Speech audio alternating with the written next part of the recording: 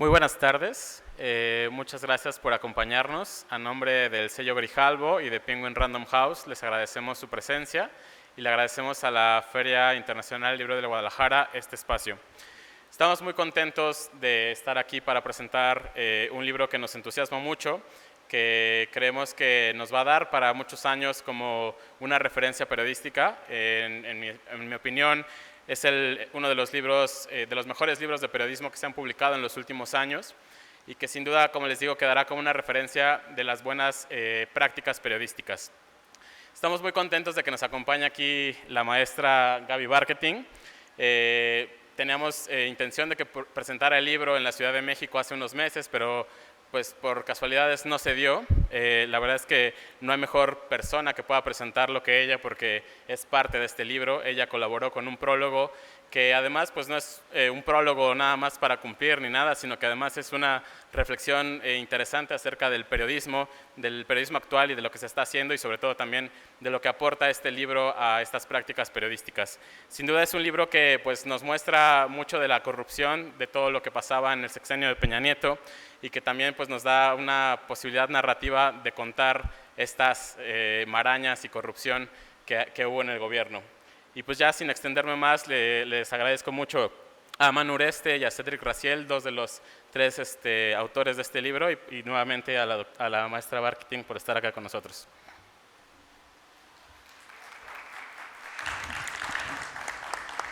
Bueno, muy buenas tardes, gracias. Este salón es un poquitín incómodo porque tiene allá un ruido poco fuerte, pero esperemos librarlo con nuestras dulces voces y poder platicar con ustedes. Me da mucho gusto que estén aquí con nosotros, y la verdad es que en mi caso a mí lo que me gustaría es más bien que Manu y que Cedric nos vayan contando no solamente cómo llegaron al libro, sino también incluso, ahorita platicábamos con Cedric, de algunas de las cosas que han ido saliendo una vez publicado el libro, ¿no? Porque ahora sí que las cosas no se han quedado ahí, sino ha estado saliendo información adicional. Yo lo puse un poco en mi prólogo y lo sostengo. Me parece que es una investigación muy sólida por muchos motivos. Parte, tal vez como cualquier historia interesante, parte de alguna serie de momentos, de coyunturas, y que de pronto la metodología de investigación permite irlas uniendo para tener el trabajo que aquí se presenta. Y me gustaría, tal vez, para quienes nos acompañan, no sé quién, Manu o Cedric, quien quiera de ustedes dos, tal vez un poco contar primero de qué va, ¿no? De qué va lo que estamos, y luego hablar un poco del proceso de investigación periodística. Entonces, no sé, el que quiera. Manu, si quieres tú.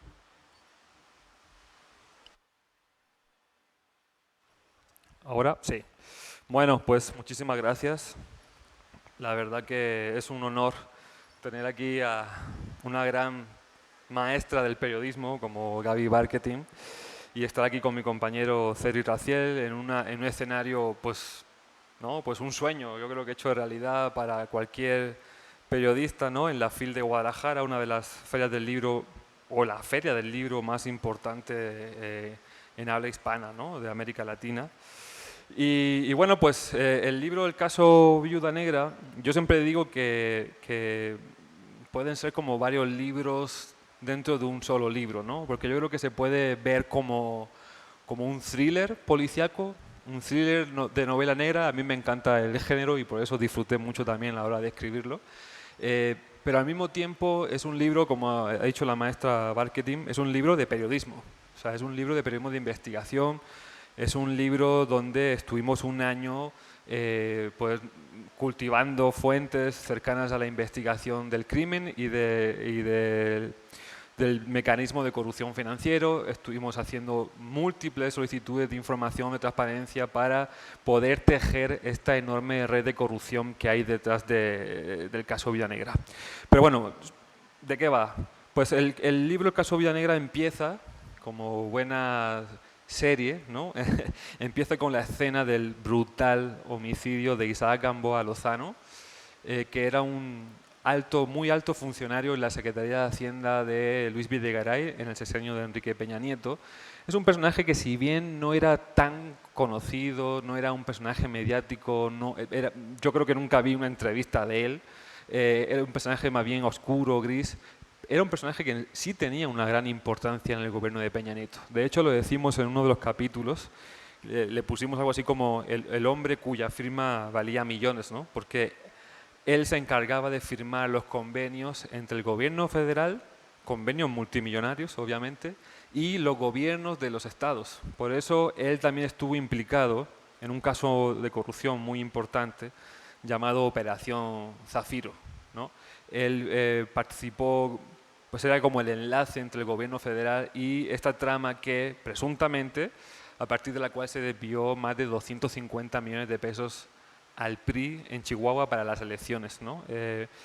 Y bueno, pues de repente un día, iniciando la pandemia, nos enteramos en mayo de 2020 que hubo un brutal homicidio en una casa de descanso en Temisco, Morelos, y que el asesinado era él, sus 2 hermanos, su hermana y su madre, ¿no? Y eso pues nos llamó poderosamente la atención, como un personaje de este perfil había sido asesinado de esta manera tan brutal. Y bueno, pues sin spoilear mucho el libro, resulta que las autoridades de repente pues apuntan a la viuda de Isaac Gamboa como la presunta autora intelectual de este brutal homicidio, digamos, en el que también habría participado el escolta personal de Isaac Gamboa, que presuntamente, de nuevo, pues tenía una relación sentimental con la viuda, ¿no? A partir de esto es cuando empezamos a investigar, a ver qué había detrás de este homicidio, y lo que nos dimos cuenta, lo que pudimos documentar o revelar, es que en realidad este homicidio, este brutal homicidio, esconde mucho más de lo que las autoridades nos quisieron hacer ver, ¿no? ¿Quieres seguir? Hola, hola. Bueno, sí, muchas gracias por estar aquí. Tenemos casa llena. Bueno, el libro también, maestra, creo que tiene una actualidad muy interesante, ¿no? Los 2 casos que cuenta el libro, por un lado el asesinato de la familia de Gamboa y por el otro la historia de corrupción de la Operación Zafiro, pero también de la propia red de empresas fantasma de Isaac Gamboa, siguen abiertas. Siguen abiertas porque siguen impunes. Manu contaba que a la esposa de Gamboa la detuvieron como la autora intelectual, acusándola como la autora intelectual del asesinato. Sin embargo, Betsabé se llama, ni siquiera ha sido sentenciada, lleva más de 2 años encarcelada, vinculada a proceso, pero no se ha determinado si es inocente o culpable del homicidio. Por otro lado, en el caso de la Operación Zafiro, bueno, ahora mismo el exgobernador César Duarte ya nos lo mandaron de Estados Unidos, que quizá era lo más difícil de todo este caso, ya lo extraditaron, está en Chihuahua, está vinculado a proceso, pero por otro caso, otro de los muchos casos de corrupción en los que él, desde el gobierno de Chihuahua, estuvo implicado. ¿Por qué está pasando ahora mismo? Es una cosa que me gustaría destacar. Hay una nueva administración en el gobierno de Chihuahua, encabezado por Maru Campos, cuya fiscalía ahora mismo está revisando, está cuestionando el expediente que precisamente permitió que César Duarte esté en prisión ahora mismo.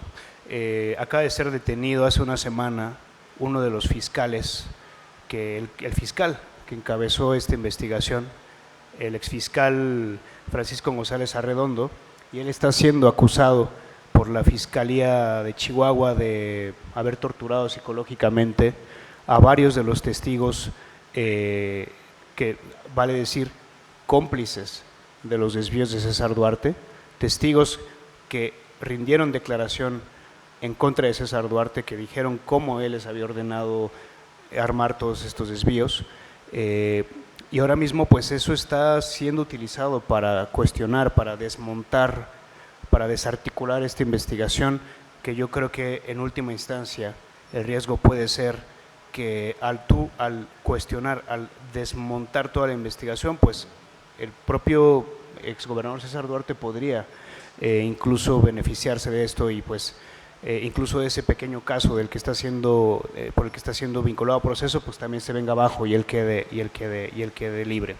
Creo que es importante hablar de la actualidad del libro porque, insisto, es un caso que afecta a todos, porque lo que está en juego aquí es dinero público, dinero que documentamos nosotros se ha desviado desde la era de Peña Nieto. Es una red de empresas fantasma que sigue, por cierto, activa, sigue vigente. En ella siguen entrando recursos públicos del gobierno ahora de Andrés Manuel López Obrador.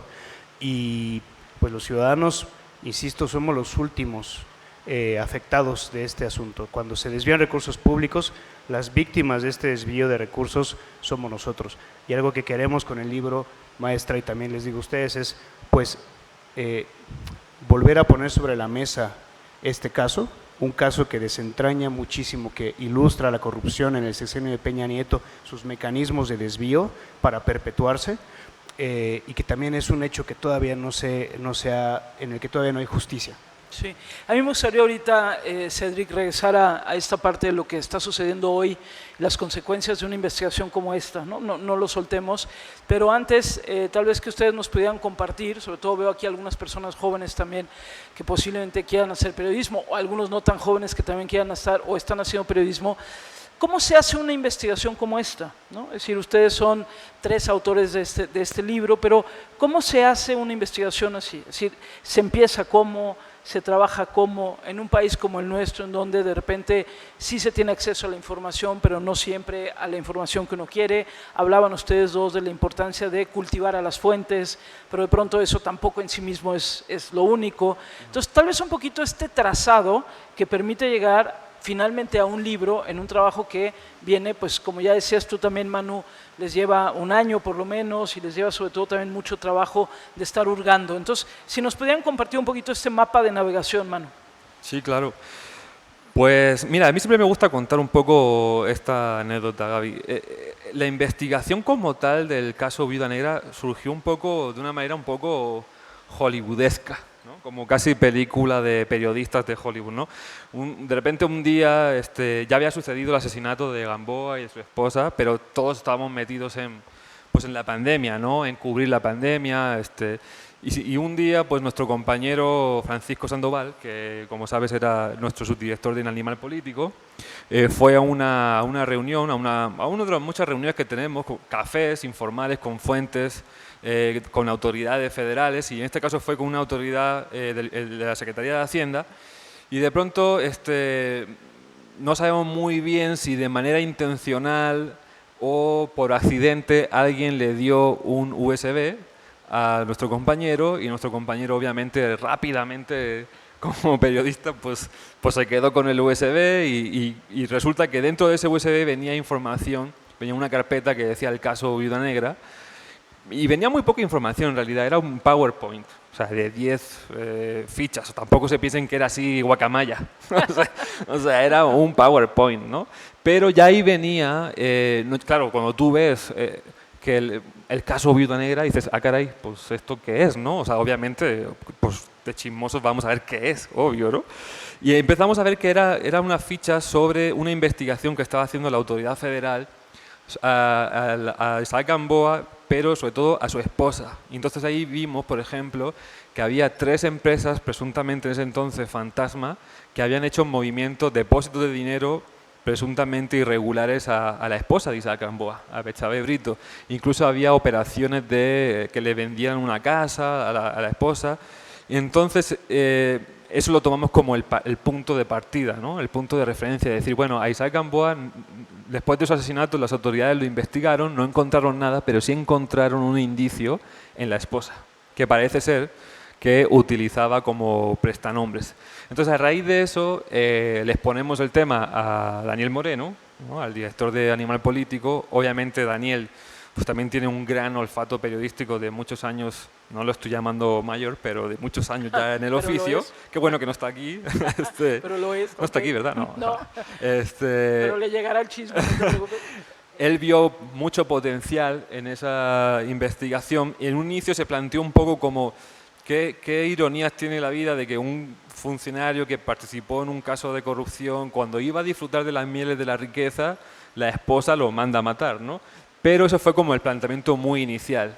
Después, una vez que empezamos a ver estas empresas, empezamos a rastrear estas empresas, empezamos a ir al registro público de comercio, a ver quiénes eran los dueños de las empresas, empezamos a tejer esta red de empresas y la crecimos hasta 30 compañías fantasma.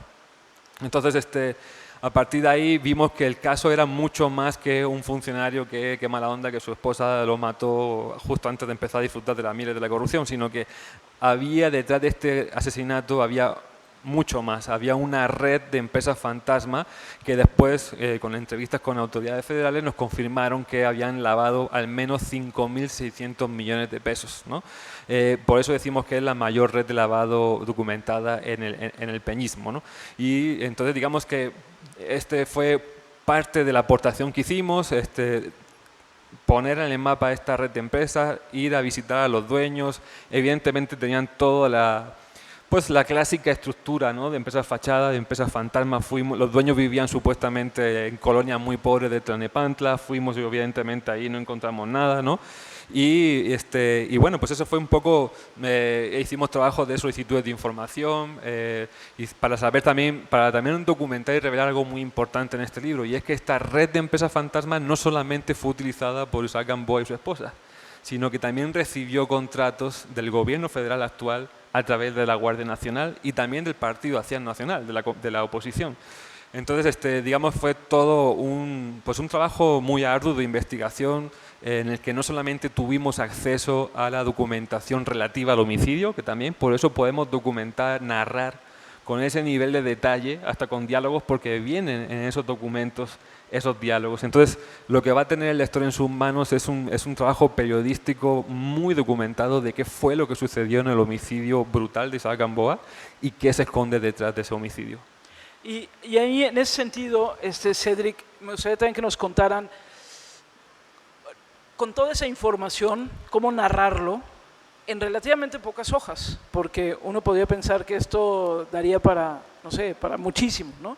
Es cómo narrarlo, cómo ponerle orden, cómo ponerle estructura, cómo ponerle, ahora sí que principio, desarrollo y fin, a sabiendas de que no es una historia terminada, pero sobre todo eso, cómo acercárselo a un lector que no solamente, lo más seguro es que no está enterado del caso, sino que además es un caso muy complejo, o sea, no está fácil de entender, porque de verdad, pues, solamente con lo que ustedes han comentado ahorita. Entonces, ¿cómo va este trabajo, Cedric, también de irlo narrando y de irlo aterrizando?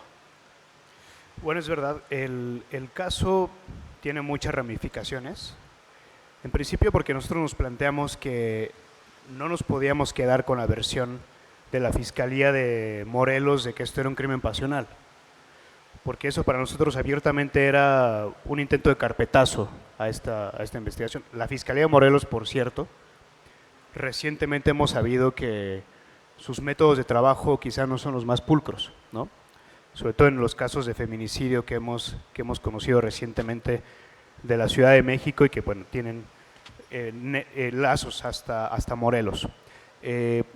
Y más bien nos dedicamos a trazar cuál era la biografía política de Isaac Gamboa, ¿no?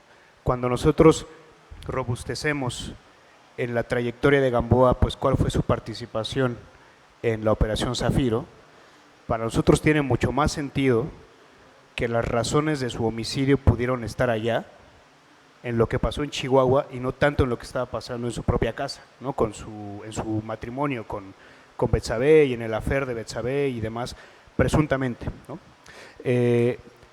Entonces, partimos de eso. En principio quizá nuestra principal apuesta es desmontar la versión de que a él lo mata su esposa en un crimen pasional y más bien le apostamos a documentar cuál fue el camino que siguió Isaac Gamboa, ¿no? Desde que él estudiaba en el ITAM, desde que en el ITAM lo fichan otros egresados del ITAM como Luis Videgaray y Fernando Galindo, cómo lo hacen, lo meten, digamos, lo adoptan en la familia del Grupo Atlacomulco, como desde la Secretaría de Finanzas él trabaja ahí con Enrique Peña Nieto, se vuelve tan cercano al grupo de Videgaray, que también cuando Videgaray de la Secretaría de Finanzas renuncia y se vuelve diputado federal, se lo llevan también a Isaac Gamboa. Videgaray estuvo en la comisión de presupuesto, por cierto, o sea, en la comisión en la que se configura precisamente las entrañas del presupuesto, de a qué se asigna y cómo se gasta cada peso, pues allí estaba también Isaac Gamboa. Luego también transita cuando gana Peña Nieto, pues al equipo de transición, y Gamboa por fin llega a la Unidad de Política y Control Presupuestario, que es esta unidad de la que salían todos los recursos que finalmente fueron desviados a través de Chihuahua y otros estados priistas. Isaac Gamboa se mantuvo en su puesto durante 6 años, mientras que hubo 3 secretarios de Hacienda distintos en el gobierno de Peña Nieto. Solo un personaje se mantuvo incólume en su puesto, que fue Isaac Gamboa. Trazamos esto, teníamos muchos elementos también, por cierto. Creo que aquí, cuando tú me preguntas, maestra, pues cómo llegaron a esta decisión de contar de esta manera la historia. Bueno, también nos dimos cuenta, somos muy conscientes de que los periodistas en esta última década hemos relatado tanto la corrupción que nos enfrentamos a un escenario donde también importa poco ya, ¿no?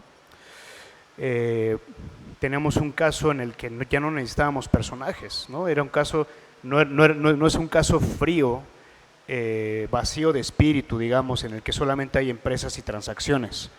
Tenemos personajes, pero son personajes que nos proveyó la propia realidad.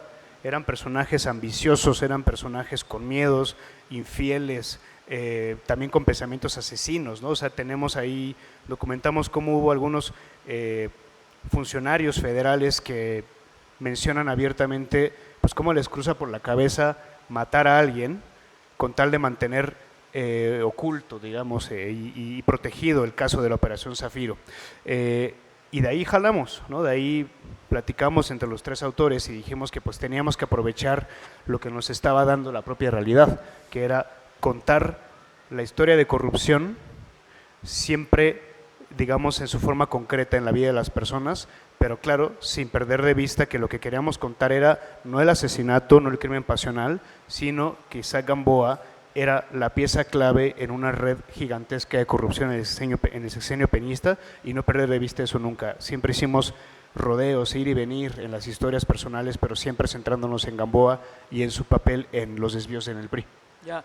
Y ahí, Manu, ahorita abro a preguntas y respuestas. Imagino que algunos tendrán algunas dudas también del libro o algún comentario sobre este tema, pero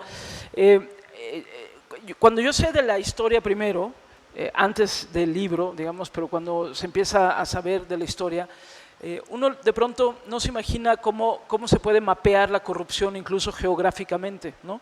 Si estamos hablando de Morelos, estamos hablando de la Ciudad de México, pero luego terminamos en Chihuahua, pero luego también hay como algunos trazos que van conectando incluso hacia otros lugares. ¿Y cómo hacer, Manu, que esto también adquiera sentido? Hay una geografía también de la corrupción y hay una geografía política de la corrupción que ustedes han narrado también en otras investigaciones que han hecho a partir de trabajos del propio animal político, y pienso evidentemente en la estafa maestra y en algunas otras, pero sin olvidarnos que, como en todos lados, hay una geografía política de la corrupción y que esa también hay que ponerla en esta investigación, Manu. Sí, claro. En este caso yo creo que estaba muy claro que la investigación tenía un vínculo muy fuerte con Chihuahua, ¿no? Porque por todo el caso de Operación Zafiro, también porque nos comentaban varias fuentes que Isaac Gamboa incluso tuvo tal contacto con el exgobernador César Duarte de que pidió que le hicieran una despedida de soltero allá en Chihuahua, se la concedieron, ¿no? Entonces todo apuntaba mucho hacia Chihuahua y esta Operación Zafiro, ¿no? Pero bueno, sabemos que este caso de corrupción, pues al final yo creo que no tienen como, por así decirlo, una nacionalidad. Es decir, creo que son casos que se repiten sistemáticamente, como veíamos también en el caso de la estafa maestra, ¿no? Se repiten en todos los estados, se produjo en Veracruz, que parecía que era como el inicio, ¿no? Que eran como que habían inventado el sistema de empresa fantasma, y luego vemos que no, que es un sistema que se ha utilizado amplísimamente en todo el gobierno federal, especialmente el gobierno de Peña Nieto, y que es un sistema que se sigue utilizando. O sea, las empresas fantasmas no han desaparecido por arte de magia en este gobierno, ¿no? De hecho, estamos viendo que esta misma red de empresas fantasma incluso pues, ha recibido recursos públicos de este gobierno, de esta administración, ¿no? Entonces, al final, el caso de la Viuda Negra es también otro de los casos donde el uso de empresas fantasma para desviar recursos públicos pues se expuso de manera muy evidente. Tal vez a lo mejor no a la misma escala de otros casos como el de la estafa maestra, pero al final son casos muy similares por lo que hemos visto en esta documentación, ¿no? Es el uso de empresas fantasma de prestanombres y con esa red de corrupción pues tapar de esa manera el desvío de recursos públicos y el lavado de dinero, ¿no? Sí. Y Cedric, decías hace rato también, mencionabas un poco lo que ha venido sucediendo en tiempos recientes, igual ahorita nos podemos detener un poquito más en ello, pero sí digamos, la consecuencia que puede tener la publicación de una investigación como esta o el impacto que puede tener de pronto.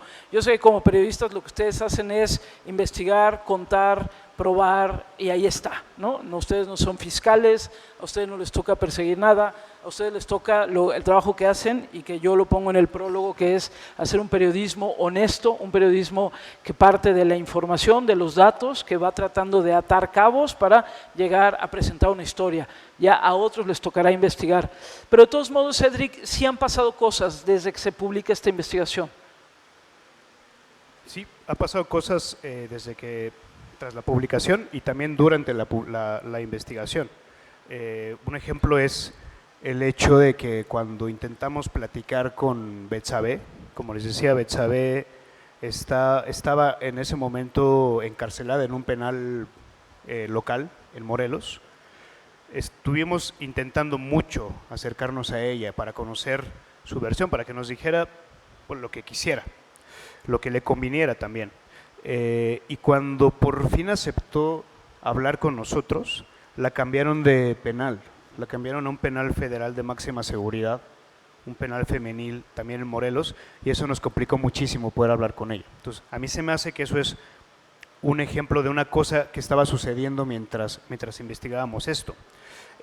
Lo otro que ha sucedido, bueno, desgraciadamente no ha pasado tanto en el buen sentido, o sea, no es como que a raíz de esta publicación las fiscalías se hayan puesto a trabajar en resolver este asunto. Como decíamos, la Operación Zafiro no solo ocurrió en Chihuahua, la Operación Zafiro implicó a otros estados gobernados por el PRI, a Coahuila, a Tamaulipas, a Durango, a Colima también, a Veracruz, a Quintana Roo. Nosotros documentamos cómo el mismo día que el secretario de Finanzas de Duarte fue a firmar el convenio del que se desvió el dinero en Chihuahua, ese mismo día por la oficina de Gamboa desfilaron una decena de secretarios del PRI, por ejemplo. Lo que tendría que pasar es, por ejemplo, que la Fiscalía General de la República, que está investigando la red de lavado de Gamboa, y la Fiscalía de Morelos se pusieran de acuerdo y entonces unificaran estos esfuerzos y no dejaran de lado el móvil político del asesinato. Porque, insisto, se sigue investigando el asesinato como un crimen pasional.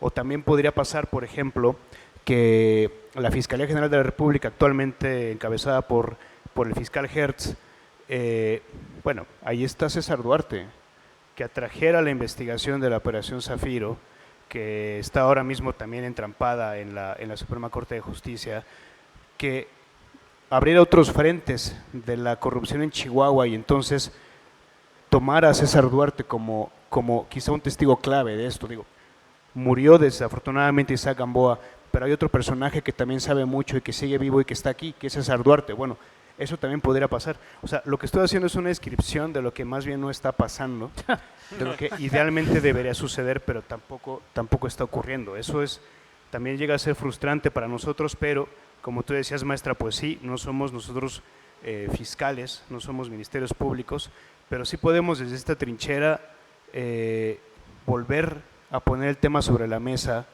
e insistir en que esto es un instrumento también de conocimiento, ¿no? Es un instrumento que podría disparar, detonar una exigencia, no crear las condiciones para la exigencia de justicia y que esto pues no quede en el olvido. Sí, y ahí tal vez la pregunta es exigencia de justicia de parte de quién, ¿no? O sea, para que esto se lo vaya uno apropiando, digamos, para que haya esta exigencia precisamente de sanción, de justicia, de reparación, tendríamos que pensar en quién lo va a hacer propio, ¿no? Y entonces cuando uno ve este tipo de entramados de corrupción, también planteado, también investigado como el de ustedes, de repente es tan enredada la red, valga la redundancia, que se vuelve muy complicado ver dónde vas a agarrar un pedacito.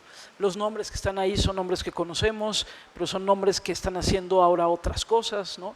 Pareciera que son redes que también protegen y dan una capa de impunidad, digamos, a quienes en un momento dado están perfectamente exhibidos y documentados que están ahí presentes. Y me gustaría, Manu y Cedric, antes de abrir al público que les puedan hacer algunas preguntas, preguntarles, es una curiosidad absolutamente mía, ¿cómo llegan ustedes, cada uno de ustedes, a querer hacer este tipo de investigación, ¿no? Hay periodismo de todo tipo, además hay historias de todo tipo, pero ¿qué los hace a ustedes, por ejemplo, enamorarse de los archivos, de ir a hablar con las fuentes, de tener una cantidad de datos y tratar de contar una historia a partir de todo ello? No sé, ¿qué los inspira? Esto ya es una pregunta absolutamente personal. Manu y luego Cedric. Bueno, en mi caso tengo que decirlo que mi entrada a este periodismo de investigación fue por Daniel Moreno, ¿no? Yo venía más bien de hacer un periodismo, me gustaba mucho la crónica, el periodismo narrativo, estaba haciendo muchos reportajes sobre migración indocumentada, pero recuerdo que a mitad del sexenio de Peña Nieto, justo cuando empezaron a proliferar los casos de corrupción, ¿no? De Duarte, Veracruz, etcétera, Daniel me dijo, mira, no puedo tener un reportero exclusivamente en migración cuando este país es un mugrero. Así me dijo, ¿no? Es un cochinero para investigar, ¿no? Y entonces pues empecé de cero, o sea, para mí una base de datos era lo peor que había en la vida, o sea, era algo con lo que yo no sabía trabajar, ¿no? Leer un informe de auditoría era algo, me podía tirar, no sé, horas, ¿no? Para un informe de auditoría porque es algo realmente tedioso, técnico, aburrido. En definitiva, no era algo que a mí me apasionara, pero tengo que reconocer que gracias a Daniel empecé a entrar a investigar corrupción, investigar empresas, y se siente, pues es una adrenalina diferente, creo, ¿no? O sea, el empezar a descubrir, empezar a hilar, a tejer estas redes de corrupción que están ocultas, que pues desde el poder no se quiere, ¿no? Que salgan a la luz, te da una adrenalina diferente y al final pues te vas enganchando a este periodismo de investigación que la verdad que además de adictivo, es francamente necesario y más en los tiempos que corren, ¿no? Sí. ¿Tú, Cedric? Bueno, creo que en parte esto lo explica mi propia biografía. A mí yo me considero bastante introvertido y también encontrar en los documentos una salida quizá a esa introversión ha sido personalmente gratificante. También me gusta mucho, por esta misma formación, preguntarme siempre por la estructura más que por los casos aislados, ¿no? Hace ratito nos preguntaba alguien si había una diferencia entre los mecanismos de desvío locales y los nacionales, y en realidad no. En realidad lo que hemos encontrado es que los casos locales son expresiones más bien de un sistema, ¿no? Que en el sexenio peñista se perfeccionó el desvío de recursos a través de empresas fantasma. Creo que el gran sello del sexenio priista es ese, es haber concebido un mecanismo de desvío a través de empresas factureras en la que participan notarios, en la que participan prestanombres y en la que todo se trata de mirar a otro lado, ¿no? Entonces, pensar que los documentos te hablan, el hecho de encontrar la estructura en cada caso individual también es bastante satisfactorio para mí. Y finalmente creo que el logro de poder ponerle nombre a las cosas, poder darse cuenta de que no es un destino, de que no es nuestra condena como mexicanos sufrir la corrupción, sufrir a políticos corruptos, sino más bien decir, esto no es así, son estas personas, tienen nombre, tienen apellido, esta es su historia, hay que exigir justicia contra esas personas y sobre todo, digo, más allá de justicia, creo que también es el nivel 1 de esta evolución social, también exigir garantías de no repetición y también garantías de reparación incluso del daño. Sé que estamos todavía caminando hacia allá, pero ya lo estamos haciendo, creo yo. Bueno, no sé si alguien quiera comentar algo, preguntar algo, agregar algo a este trabajo de investigación periodística Y si sí, nada, les pediría, nos quedan como unos 10 minutillos, que podíamos ser breves para que ellos puedan contestar. Ahí va el micrófono. Adelante, por favor. Sí, bueno, yo escuché... Si te lo puedes pegar más, porque como hay mucho ruido. Bueno, y ahí está perfecto. Yo escuché la entrevista que estuvieron en Radio Universidad de Guadalajara y en que decían que la Marina, bueno, los soldados de la Marina son los que estuvieron involucrados en el crimen, ¿sí? Hecho por una credencial que olvidaron por ahí en el carro, ¿sí? ¿Hay algún pronunciamiento de la Marina por la conducta de estas personas? Esa es una pregunta. La segunda, escuché que la Guardia Nacional ha seguido haciendo algunas contrataciones y algunos negocios con las empresas que ustedes investigan como parte de los delincuentes. ¿Ha habido algún posicionamiento respecto a eso por parte de esas autoridades? Gracias. Muchas gracias por la pregunta. Yo creo que se puede responder muy fácil y es que no.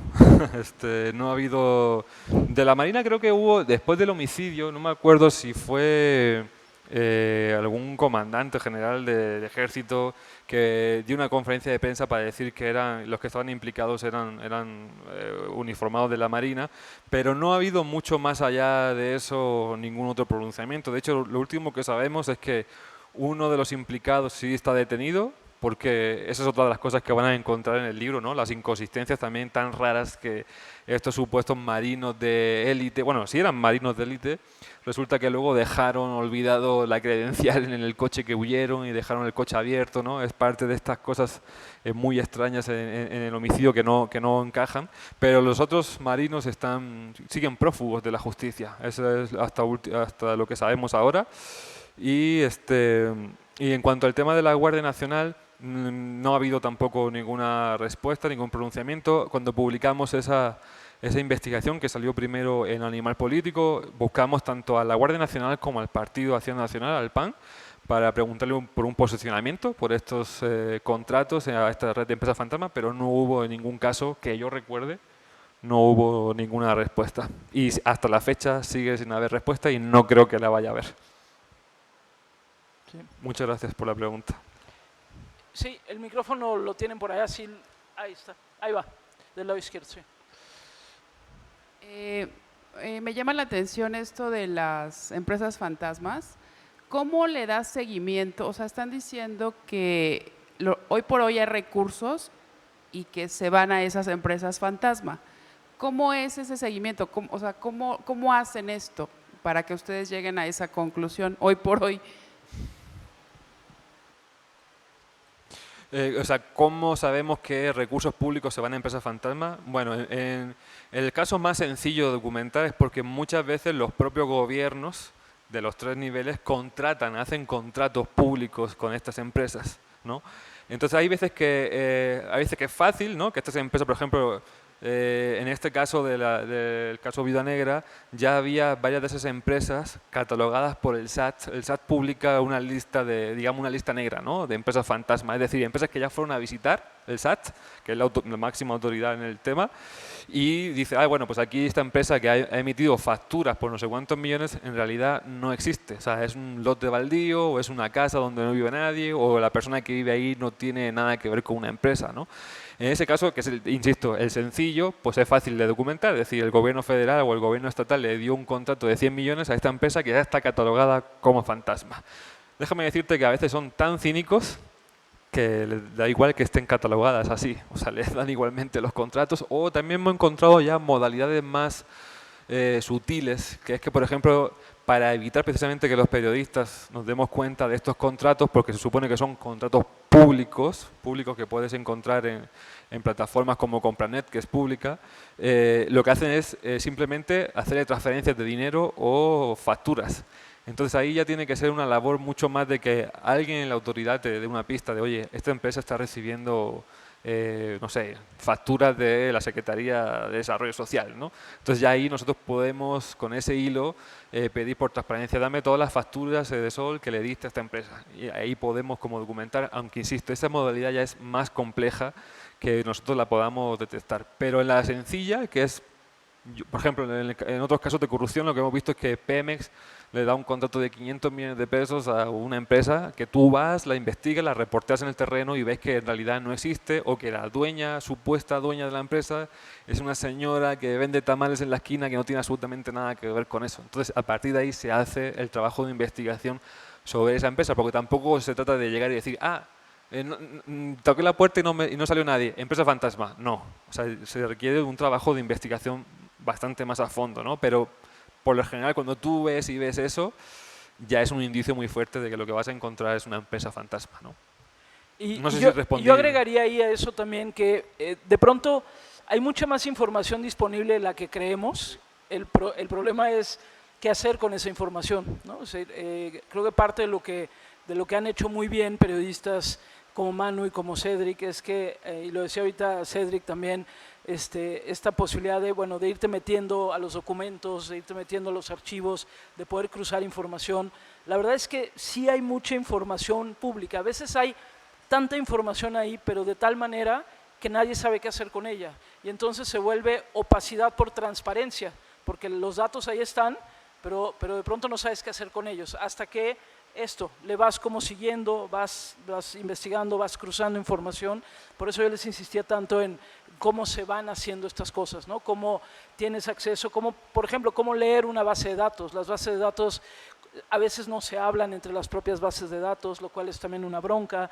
Cómo lograr que puedas cruzar lo que tienes aquí con lo que tienes acá. O sea, creo que eso es parte también de lo que nos ha sucedido en nuestro país, en donde de verdad no es que la información no esté, sino que justo lo que hay que hacer es cómo inteligirla y cómo trabajar con ella. Y obviamente, a partir de eso, ir buscando. Lo que dice Manu es importantísimo. Tú no puedes concluir que porque es un terreno baldío, en automático es una empresa fantasma, pero algo te dice, ¿no? Y por lo tanto, digamos, es un indicio para seguir investigando, ¿no? Exacto, y también es un trabajo muy artesanal, o sea, yo creo que a veces tenemos también la idea un poco equivocada, ¿no? Por lo que vemos en las películas, ¿sí? De que o sea, el trabajo de periodismo de investigación a veces es muy tedioso, o sea, es literal, y perdón por la expresión, pero son muchas horas nalga, o sea, es decir, estar frente a la computadora, revisando, y muchas veces lo que es un indicio que tú crees que te va a llevar a algo, pues a veces no, o sea, a veces es como topamos con pared y ya aquí se cae la hipótesis, y es muy frustrante, pero a veces pasa.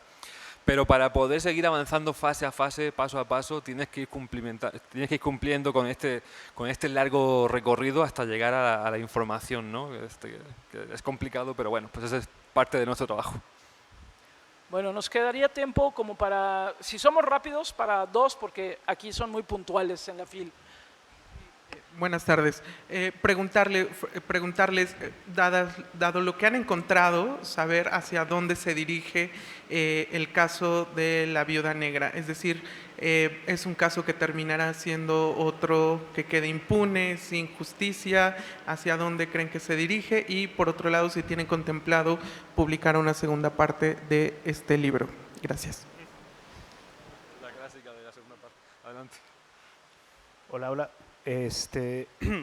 Bueno, sí, hay todavía bastante información que podría ser contada en una segunda parte, porque insistimos, el caso sigue, no es un caso cerrado, sobre todo no porque más allá de que estos dos casos, el homicidio y Operación Zafiro no se hayan resuelto, sino porque pues las personas que creemos nosotros que son las que quizá deberían rendir cuentas. Tú, maestra, los mencionabas hace ratito, como están haciendo otras cosas. Bueno, pues están dando clases en universidades de Estados Unidos, están entrando al negocio de las bienes raíces en España. Bueno, personalmente yo diría, para que estos casos se consideren casos cerrados, casos resueltos, quienes tendrían que rendir cuentas no son funcionarios menores, los funcionarios a los que les pidieron cometer estos actos, sino pues quienes estaban encargados de supervisar, de vigilar el buen uso de nuestros recursos, ¿no? Aquí tenemos la cifra de el monto que en el sexenio de Peña Nieto está esfumado, es decir, no se sabe dónde está, según la Auditoría Superior de la Federación, son 258,000 millones de pesos, es incluso una cifra inconcebible. Los casos de corrupción en el sexenio de Peña Nieto son muchos y son de gran calado, pero todos tienen una regularidad que es ese dinero es dinero público, es dinero federal y quien estaba encargado de vigilar su buen uso, su uso correcto, tiene nombre. Nosotros sabemos aquí quién es, probablemente sea mejor no mencionarlo, pero eso, es un caso que si también dejamos nosotros que esto suceda, sí, va a quedar en la impunidad, va a quedar con algún chivo expiatorio ahí rindiendo cuentas, pero no queremos que eso pase. Entonces sí, nos vamos a esforzar por no dejar morir el tema también nosotros desde el periodismo. Gracias. Y rápidamente la última, sí, por favor. ¿Qué tal? Buenas tardes. Una pregunta así nada más rápida. Comentan que la línea de investigación dice que es un crimen pasional, que suena muy extraño para ser tan brutal un crimen pasional. ¿No hay otra línea de investigación que se ha tomado? ¿Y por qué creen ustedes también que, por ejemplo, la Procuraduría General de la República no ha acogido el caso y se ha quedado en la Fiscalía de Morelos, que ya hemos visto pues cómo actúa la Fiscalía de Morelos? Gracias.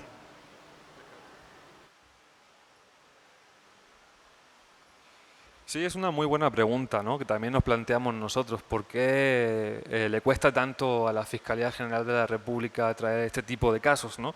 Lo que estamos viendo es que hasta el momento básicamente se está quedando en eso, en la Fiscalía de Morelos y en que es un crimen pasional y ya está, ¿no? De hecho, el propio presidente, ¿no?, López Obrador en sus conferencias mañaneras ha mencionado varias veces el caso, pero lo ha mencionado de una manera obviamente muy simplista, ¿no? Diciendo, bueno, imagínense cómo era la corrupción antes, que hasta una esposa mandaba a matar al esposo para quedarse con el dinero. Pero nosotros lo que estamos documentando con este libro es que el caso es mucho más complejo que eso, ¿no? Y que hay detrás toda una trama de corrupción y múltiples casos sin investigar, ¿no? Como el de Operación Zafiro, ¿no? Entonces, nos parece una muy buena pregunta para otra más que yo creo que se la acumularía al fiscal. ¿Por qué no están pues viendo este caso de una manera mucho más integral? ¿Por qué simplemente se está quedando en la investigación de un homicidio que además, pues a 2 años, Betsabé Brito, la presuntamente autora intelectual, sigue sin un juicio y sigue sin una sentencia, ¿no? Entonces, es un caso que está muy, muy lejos de ser resuelto, tanto en la parte del homicidio como, por supuesto, la parte de corrupción, y no digamos ya de juntar las dos vertientes. O sea, eso no se está produciendo a día de hoy, y por eso creo que este libro viene a dar algo de luz, o de poner la base, por lo menos desde el periodismo, para que se haga de esa manera, aunque sabemos que es difícil. O sea, yo creo que para esta profesión hay que tener un nivel de tolerancia a la frustración muy grande, y por desgracia pues veo bastante complicado que se pueda hacer algo más, pero aquí está el libro para quien lo quiera leer, incluso también para las autoridades, aquí está disponible. Muchas gracias. Y yo aprovecharía para cerrar diciendo un poco lo que planteé en el prólogo y un poco la invitación a todos los que están ahorita aquí con nosotros, y es que yo estoy convencida de que hoy en México se está haciendo algo del mejor periodismo que se ha hecho en muchísimo tiempo. Estamos teniendo periodistas valientes, dedicados, como Manu, como Cedric y como muchos más, que le están trabajando. O sea, ustedes lo están oyendo, es meterse a los archivos, es investigar, es no dejar, es hasta sacar, en este caso, un libro u otros libros u otras investigaciones. Yo soy una convencida de que hoy de verdad se está haciendo mucho del mejor periodismo en muchísimo tiempo en nuestro país, y creo que nos toca a todos como sociedad varias cosas. Uno, apoyarlos de una manera muy clara, leyendo, comprando los libros, en la medida de lo posible, suscribiéndose a los servicios de información, es decir, porque todo esto cuesta, hacer una investigación así, estar tanto tiempo trabajando, hurgando en los archivos, etcétera, cuesta. Estos muchachos viven de algo, ¿no? Entonces, creo que es muy importante que nos hagamos conscientes y que tengamos la posibilidad de apoyar. Y dos, que no normalicemos o no convirtamos en paisaje las agresiones al periodismo en nuestro país. Las agresiones desde discursivas, que pueden venir desde la propia Presidencia de la República, hasta las agresiones físicas que pueden venir de muchos otros actores. Yo creo que lo sostengo: cada vez que se agrede a un periodista o se agrede a un medio, se callan las voces que son importantes para que podamos aspirar a tener otro tipo de democracia. Yo me siento muy orgullosa de gente como Manu y como Cedric y como muchos más de esta generación que literal se están partiendo la madre haciendo un periodismo diferente. Entonces, no convirtamos en paisaje las agresiones y creo que hagamos las propias para que también sea un agravio a todos nosotros. Necesitamos que este muy buen periodismo se siga haciendo y se haga en serio. Gracias Manu, gracias Cedric, felicidades. Gracias a ti, Gaby. Muchas gracias. Y gracias a todos ustedes. Muchas gracias por venir.